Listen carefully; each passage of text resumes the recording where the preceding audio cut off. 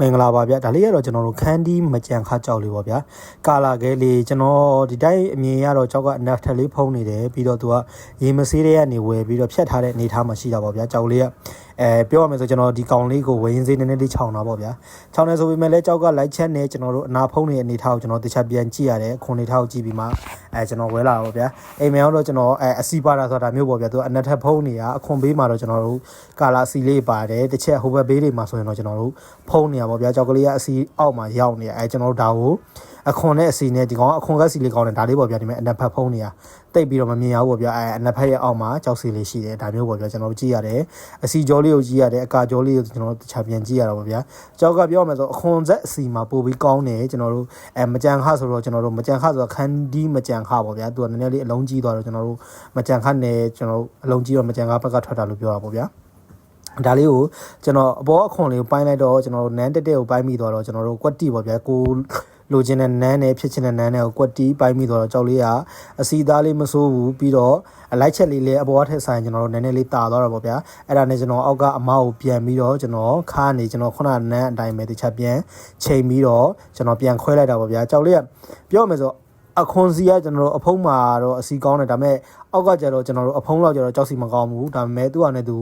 အခွန်ကက်စီမှာဆိုရင်တော့မစိုးဘူးပေါ့ဗျာဒါပေမဲ့အပေါ်ကကျွန်တော်တို့ကြောက်ဖြစ်တယ်ဆိုရင်တော့ကျွန်တော်အခွန်ဘက်ကပို့ပြီးတော့ဖြစ်တယ်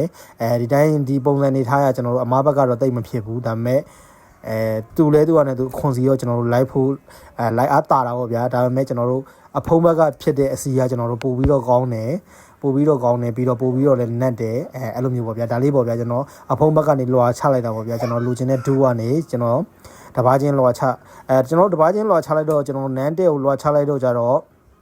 ကြောက်ကလိုက်တာသွားတယ်ဆိုတာအနာကြားလေးကနေပြန်ခွဲထုတ်ပြီးကိုလိုချင်တဲ့ပုံစံပြန်လိုက်တာပေါ့ဗျာကျွန်တော်အဲ့ဒါလေးကိုဖြတ်တောက်ပြီးတော့ဒါလေးကကျွန်တော်တို့အပွင့်သွေးနေတဲ့အနေထားလေးပေါ့ဗျာဒါကျွန်တော်တို့အယောင်ကျန်းတိုက်တယ်ကြောက်လေးကကျွန်တော်ပြောရမယ်ဆိုရင်အဲ့ဂဲလေးကိုကျွန်တော်တို့အပွင့်600ကျော်လောက်ရတယ်အပွင့်600ကျော်ရတာကိုကြောက်စစ်ကြောက်သားလေးမစိုးဘူးသူကနဲ့သူ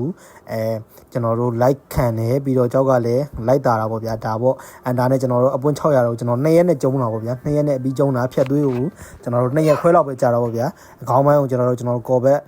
က်တိုက်တယ်ဒီလိုမျိုးပေါ့ဗျာကော်ဘက်တိုက်တယ်ဒါလေးကတော့ကျွန်တော်တို့ခေါင်းနှစ်ဖက်ကောင်းသွေးတဲ့ဟာလေးပေါ့ဗျာဒါလေးကိုကျွန်တော်ခေါင်းဘက်ကိုပြန်လန်ပြီးတော့ကျွန်တော်အယောင်ဆွဲထားတဲ့အနေထားလေးပေါ့ဗျာဒါလေးပြီးတော့ကျတော့ကျွန်တော်တို့မပြုတ်တော့ဘူးဗျာမပြုတ်တော့ဆိုတော့ကျွန်တော်တို့ဘက်လန်တဲ့အချိန်မှာကျွန်တော်ကော်မတုတ်တော့ကျတော့ကျွန်တော်ရေခဲစိတ်တဲ့အချိန်မှာတန်းပြီးပြုတ်တာပေါ့ဗျာ10မိနစ်လောက်လို့ဒါမျိုးလေးပေါ့ဗျာကြောက်ကလေးရသူ့ဟာနဲ့သူ့ပွင့်နဲ့သူကျွန်တော်ခက်ခဲမရှိဘူးဒါလေးပလုတ်နဲ့ကျွန်တော်တန်းပြုတ်တာပေါ့ဗျာ